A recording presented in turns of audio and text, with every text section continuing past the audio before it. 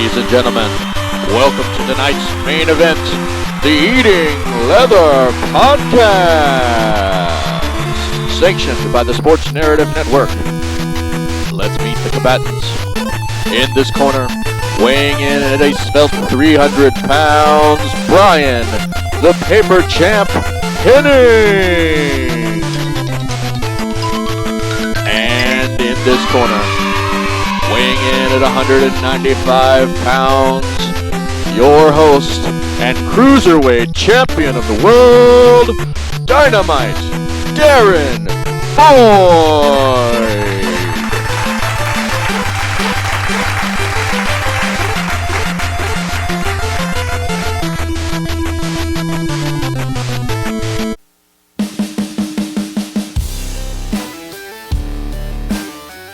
All right, man. I want a good, clean fight. Touch gloves. Let's get it on. Welcome to the first ever edition of the Eating Leather Podcast, sponsored by the Sports Narrative. I'm your humble host, Dynamite Darren Boyd, and I'll be joined by my co-host, the Paper Champ, Brian Henning, in just a second. Just want to set up the format for today's show. We're going to do a brief introduction about each other and how we fell in love with boxing, and go over that for a few minutes, and give a list of our top 5 favorite fighters of all time. That's our personal list, not necessarily the debatable pound-for-pound list. And we'll touch on Canelo's fight tonight and get on out of there. And then tomorrow we're going to do a full, detailed show. And now, fighting out of the red corner, the Paper Champ, Brian Henning. Brian, how are you doing today, sir? Doing well, sir. How are you? It's a little foggy here this morning, but beats the ice and snow we've had here in Dallas, Texas the last week. Yeah, for sure. That's not normal for you guys at all. You're not used to it. No, you're used to where you're based out of. You're used to an inch an hour. An inch here devastates us, but it's not a weather podcast, so we'll persevere into boxing. So, Brian, you get us started. Give us an introduction to yourself and how you fell in love with boxing, and we will go from there, sir. Sure. Yeah, so welcome, everybody. My name is Brian Henning, a.k.a. the Paper Champ. You can find me on Twitter at Skull Huskers. I was born and raised in Omaha, Nebraska. Married with 2 children, special needs, cerebral palsy, and autism. So I'd encourage you guys to go out and support your local Special Olympics. I'm an avid fisherman. I'm active in both the football and fantasy football communities online. I'm a huge Minnesota Vikings and Nebraska Cornhuskers fan. A little bit of background about me and Darren. We actually met playing Clash of Clans online. Predict a Riot Clan, so we got to talking about football. One thing led to another. I ended up flying down to attend the NFL draft in 2017 in Dallas, where I met both Darren and Jeff. And so we got to talking, found out we have a common love for boxing, and here we are. And so for me, my love of boxing, I can pinpoint the date. That started back on June 28th of 1997. The Bite Fight. Well, that's my birthday. Iconic Mills Lane was the referee. I was 11 years old. I remember sitting in my room, turning on the fight, and the energy was just electric. It was palpable even from my little tiny bedroom television. So, the fight gets on. Tyson bites Holyfield on the ear once, bites him again, comes away with a clean, bloody chunk. And went to the corner. Fight was stopped. It was a wild spectacle that sparked my interest in boxing. And then after that, I was heading into my teenage years, and I kind of naturally gravitated towards other things like teenagers do. Fast forward to 2014, and the fight that really pulled me back into boxing was Terrence Crawford versus Gamboa. I was rooting for the hometown guy. Lots of action in that fight. And just like that, I was hooked again. Now, you live like, 10 or 15 minutes away from where Crawford's gym is, don't you? Yeah, really close. Yep, I'm out here in North Omaha, so B&B Gym is nearby. Very nice. We'll have to send you in and get a special report one day. Yeah, that would be awesome. I would love to do that. Go talk to Crawford and Bomac and Steve Nelson. Go ahead. Sorry. Jeff derailed the show. I'm derailing things. Don't worry about me. All right. Darren. Well, my name is Darren Boyd. I can be reached at Darren, DARRENBOYD 13 on the Twitter, as my daughter says. My love of boxing started way back in the 80s, as I'm 46 years old. Remember watching fights with my dad. The first fight that ever got me excited was the Larry Holmes versus Jerry Cooney fight. And that was back in the day when there'd be like a whole week fight build up, and I was a Jerry Cooney fan because I grew up on the East Coast, and I remember how devastated I was that he lost, not realizing how great, I was a young kid. I didn't realize how great Larry Holmes was at the time. My first exposure to live boxing is my dad took me when I was 18 to Reno, Nevada, to see a particular fighter who I will get into later fight, and it was just an addiction after that. And I dabbled in boxing. My toughest opponent was my heavy bag. He was undefeated. I'd punch on him for hours, and he'd still be able to take a punch, and he even knocked me out a few times. So. The blue Everlast heavy bag was my toughest opponent I ever fought. But outside of that, we'll roll into our top 5. Now, this is our personal top 5 fighters that we watched and got influenced by, not necessarily pound-for-pound great fighters of all time. So, Brian, have at it, sir. All right, so As he pulls up the list. oh no, I've got it pulled up here, but Oh, look at that. He's got. Oh, look at the background. Are you starting from number 1? so in no particular order. Okay. I'll start with Terrence Crawford, but he's an Omaha native. He's the one that pulled me back into boxing. He came up from nothing. He's a southpaw fighter, controls range, very cerebral fighter. He's a tenacious finisher. He's a Husker fan like me, but he's not perfect. He's also a Green Bay Packers fan, so that's something I have to live with. Very So nice. that's my number 1 fighter. Number 2, Oh, Manny. Very nice. Manny Pac-Man Pacquiao. He was born in the Philippines, grew up poor and hungry. His dad actually killed and ate his dog, so he ran away from home. Ended up sleeping in a local gym where he learned how to fight and honed his skills. I like him because he's always the smaller fighter. It's a David versus Goliath, especially going into the later part of his career. 8-time division champion, or 8 division champion. He's a politician, beloved by his people. He's a humanitarian, so I have a ton of respect for Manny. Absolutely. And my number 3 fighter, Oh, old school. Very nice.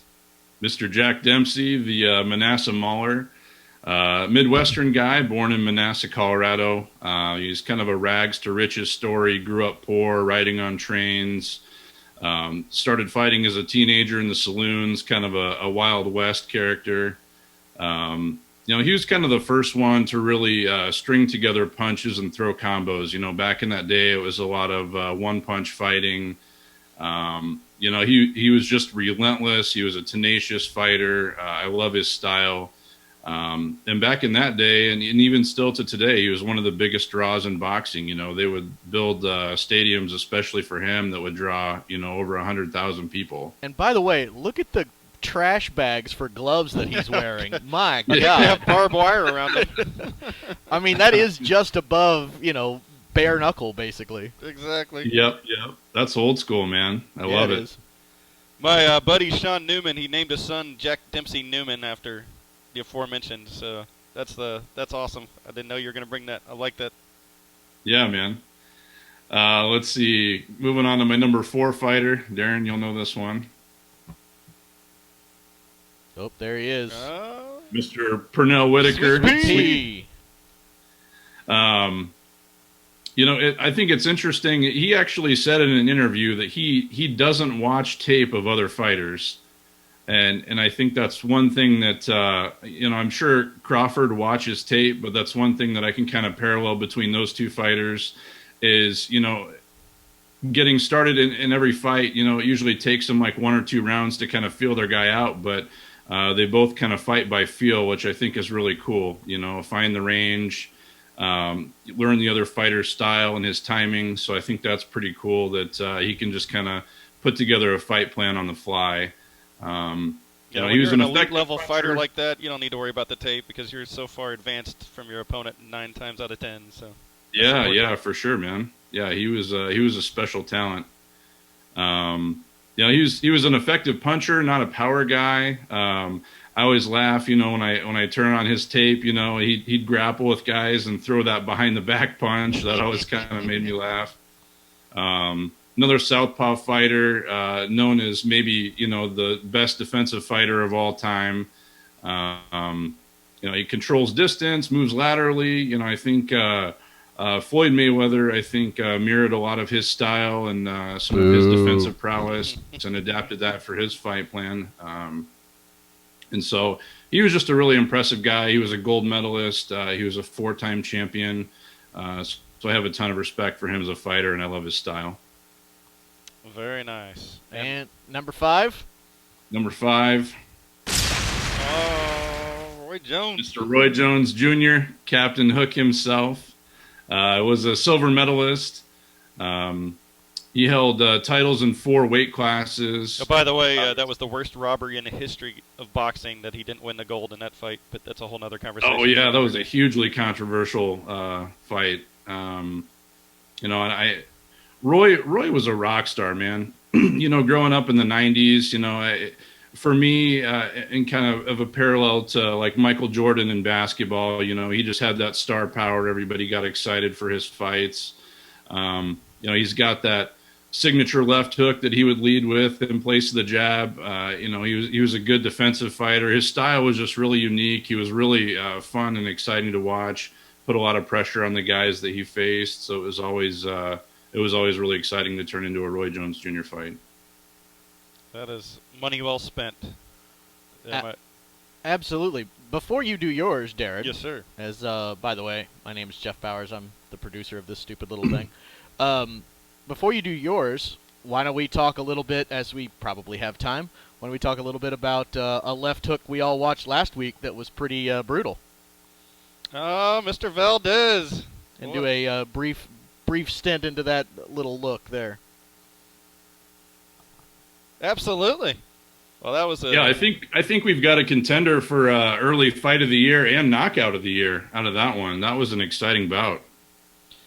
Yeah, it seemed it had multiple momentum swings, and Valdez came out and dominated the first 3 rounds, and I was like, okay, Bercholet's just taking his time, and then he got knocked down, and then rounds 5 and 6, Bercholet started coming on, and I was like, okay, the momentum's shifted, he's going to break down the smaller man, and then he just started taking a beating, and as we were watching the fight, I was very passionate that the corner should have stopped the fight. The corner gets paid to protect the fighter from himself, and they didn't do it. And like you said, he went out and ran into that left hook at the end of the round, and that was the most devastating punch I've seen since Manny Pacquiao, Juan Manuel Marquez knockout a few years back. And Brian, you were even saying he wanted to go out on his shield, and he damn sure did. Yeah, for sure, man. He had a ton of heart. There were several times in that fight where I thought he was finished, and he took it the distance. So hats off to him, man. Berchelda's a warrior. And how about his girlfriend as they were carting him off in the purple jumpsuit? Yeah. That was pretty impressive. Holding his hand. Yeah, I just get concerned. A guy takes an extended beating like that, what it does to his career, because you can see so many examples of guys just getting punished like that, and they're never the same. You can never take a punch again the same. Yeah. Well, we'll have to see. He needs a lot of time off, but I look forward to his return in the ring. He's got a very exciting style as well. Any other fights out of that card last weekend that were of note? One of our prospects that'll be on one of our future segments called Prospect Profile, Xander Zejas, fought his first real tough opponent. He got a 6-round decision. He's 7-0 with 5 KOs. Just so much poise. He's 18 years old and already has a top-ranked deal, which is unheard of. He's from Puerto Rico. Just the future's unlimited for him, and we love him here on the Eating Leather Boxing Podcast because he always responds to us on Twitter. He's real dialed into social media, and we will definitely effort to get him on for an interview on our Prospect Profile. Just a name to keep in the back of your minds for somebody that's going to go on to superstardom. Absolutely, and I think we'll try to have some boxing we'll try to get some actual boxers on. We'll try to get some experts on as well, and then hopefully you guys, like I said, when we have big fights as we do tonight, then you guys, on the Twitter and the fans can interact at Eating Leather Pod, and like I said, you can get on there and kind of live tweet the thing. I think it'd be a lot of fun. And Brian is in charge of our social media, so We'll keep it clean. keep it clean at all times. I mean, exactly. Keep it above the belt. All right, Darren, let's roll with your top 5. Well, real quick on my top 5, I was fortunate enough to grow up in the 80s and 90s, like I said, so I had boxing exposure with Top Rank Boxing on ESPN, USA Tuesday Night Fights, ABC Wide World of Sports, HBO, Showtime, just so many. You could see four fights a week, or 4 cards a week at that time, so you could really see a prospect grow up and develop. And it was so awesome to see him kind of take their baby steps from, okay, now he's an undercard on ESPN to undercard on HBO. Now he's a main event fighter. Now he's a pay-per-view fighter. So it was a different era back then, of course. Now, starting off with my number 5, which I don't have any cool, fancy backdrops like Mr. Henning does. Number 5 for me is former heavyweight champ Samuel Peter. I had the honor to watch one of his fights in Grapevine, Texas back in 2010. And I have a hilarious photo of him and my daughter, who was 4 at the time. And she's holding her Easter bunny that I will post on Twitter. We got to meet him at the weigh-in, and I got to actually sit right behind the corner in his fight. It was the closest I've ever been to the ring. It was unbelievable in a pro fight. My number 4 favorite fighter of all time. Yep. Julio Cesar Chavez. Oh, The Nice. greatest body attack ever. I believe Hector Macho Camacho said he peed blood for a week after fighting Chavez. It's just the man's chin was amazing. And you can say what about his record, but I mean he was undefeated forever, and guy just had all the combinations and just was a stalker and a warrior. Number 3 for me, Yes. marvelous Marvin Hagler. Fell in love with him as a kid. Complete fighter. I will go to my grave knowing that he beat Sugar Ray Leonard that night. Period. End of discussion. Yeah. It's my hot sports take opinion on that, and I will stand by that. Number 2, Tito Puerto Rico Felix Trinidad, a beast at 147, had an unbelievable left hook, dominant champion forever. Although I will go on record and say Oscar De La Hoya did beat him, even though somehow Trinidad got the decision. So that kind of makes up for my. Come on! Makes up for my. You're killing me with the drops. I know. That's what I'm doing. It's fun. Brian can't hear him, so Oh, it's he's fine. gonna love it when he goes back and listens. Yes. That makes up for the Hagler Ray Leonard decision there for me. And my number 1, here's my reveal.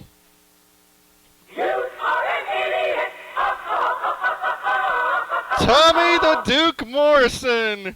I was no surprise there. Yeah, no surprise. I was fortunate enough to travel around the country and watch him fight in person many times. Have some great stories we'll share as we get on down the road on this podcast.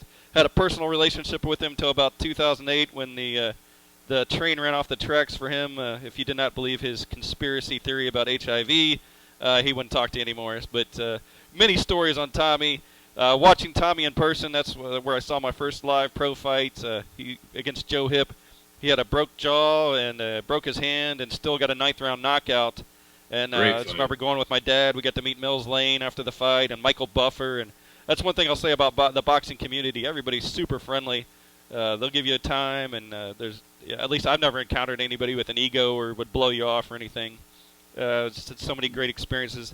And at some point in time, or you and I can do a deep dive on Tommy Morrison in one of our historical fighter segments.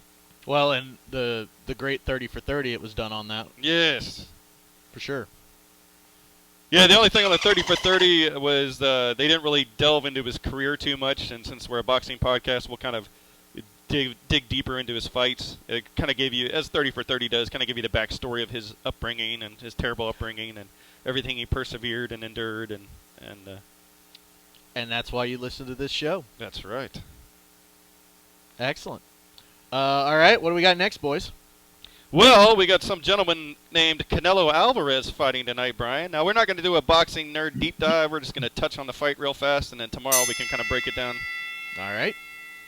What are your thoughts, Brian, of this pay-per-view $70 extravaganza? Well, Canelo, I think he's about as complete fighter as there is these days. He's the total package.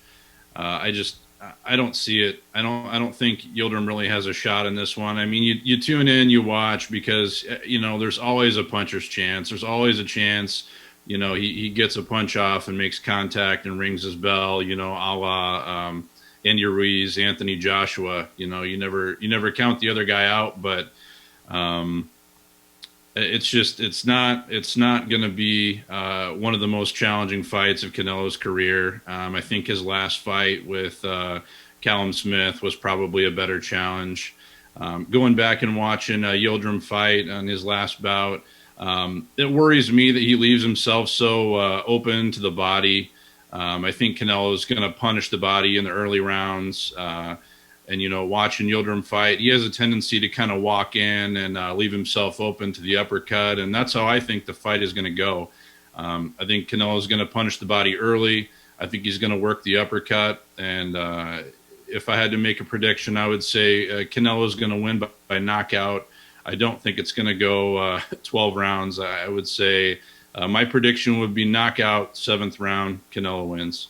Falcon punch! Oh, you'll hear the drops. He's killing me. Yep. Well, my analysis, and this is not a bash on Canelo because I'm very happy that he's staying active.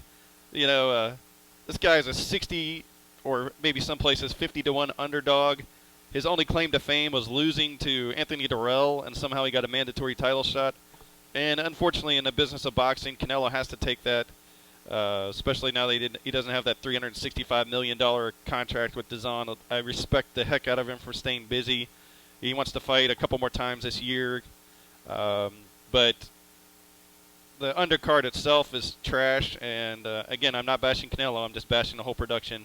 The co-feature had to drop out the other day because of a hurt hand, allegedly. And I personally will find another alternative way to watch the fight versus spending my hard-earned $70 on the pay-per-view. But we'll leave it at that.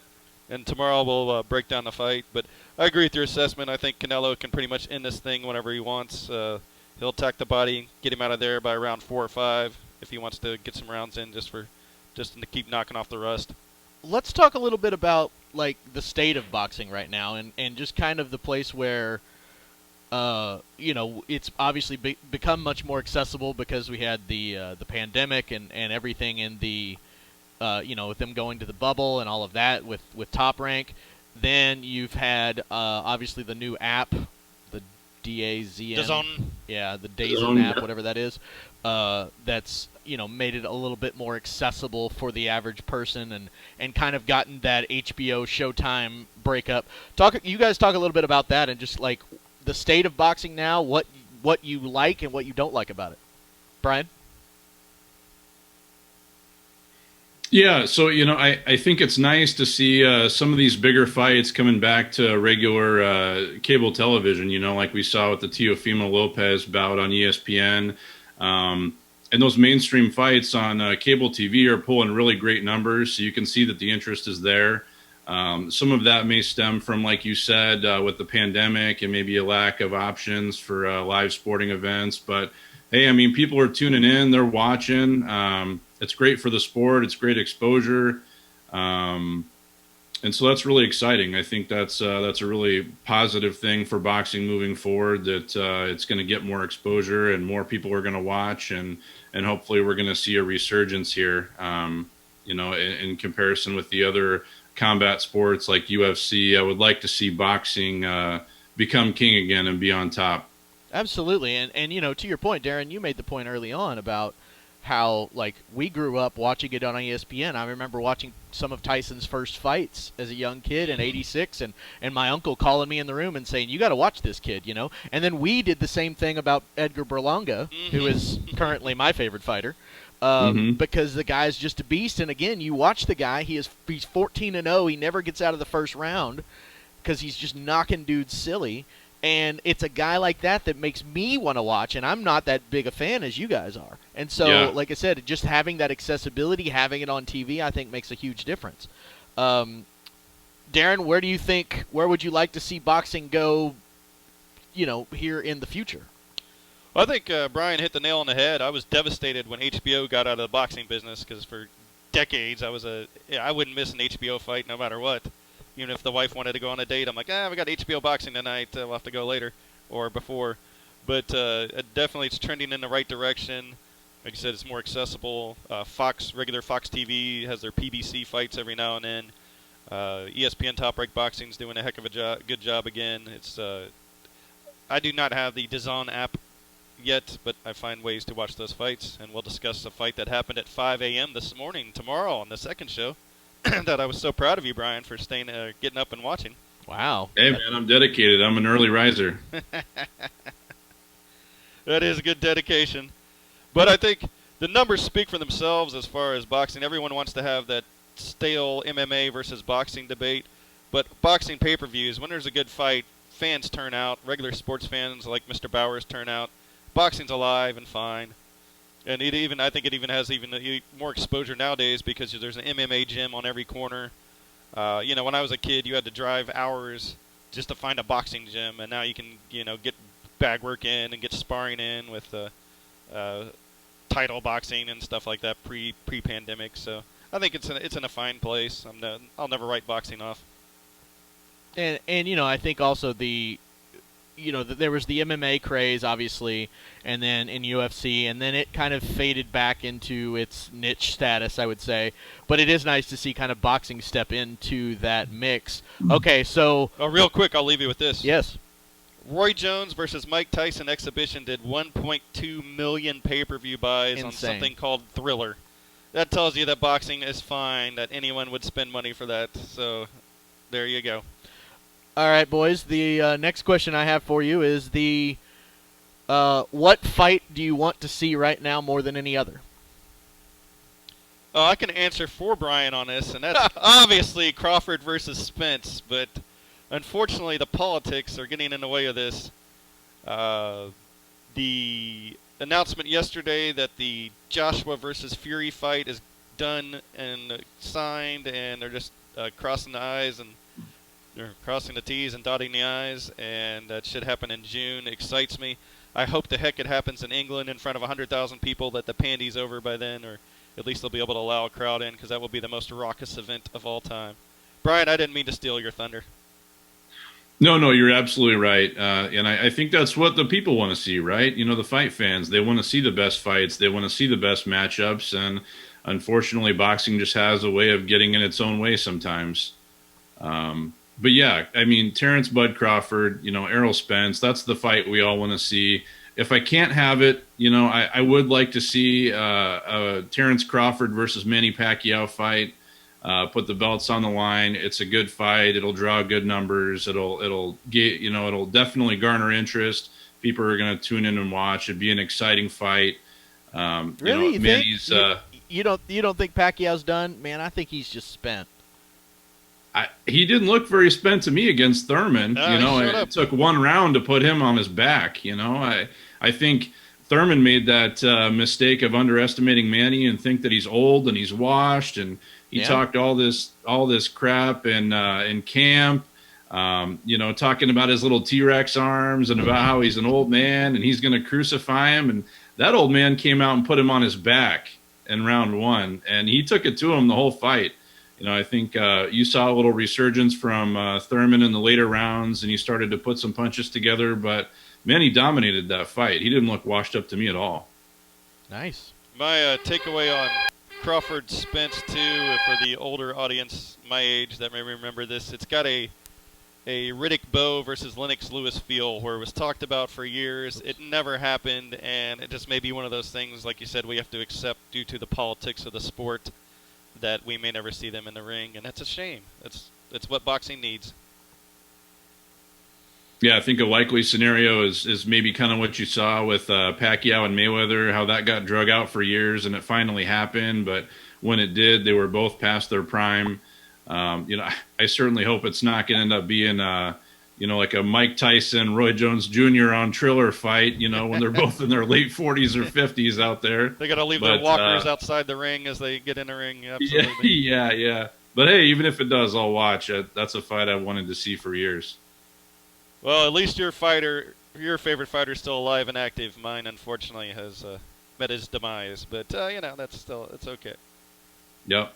R.I.P. All right, boys. What else we got?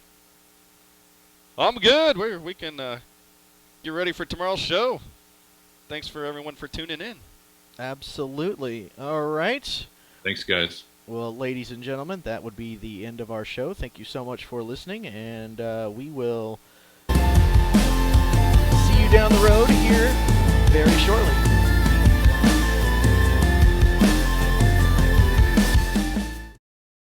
Contact the show via Twitter at EatingLeatherPod or find us at sportsnarrative.net, your home for sports talk greatness.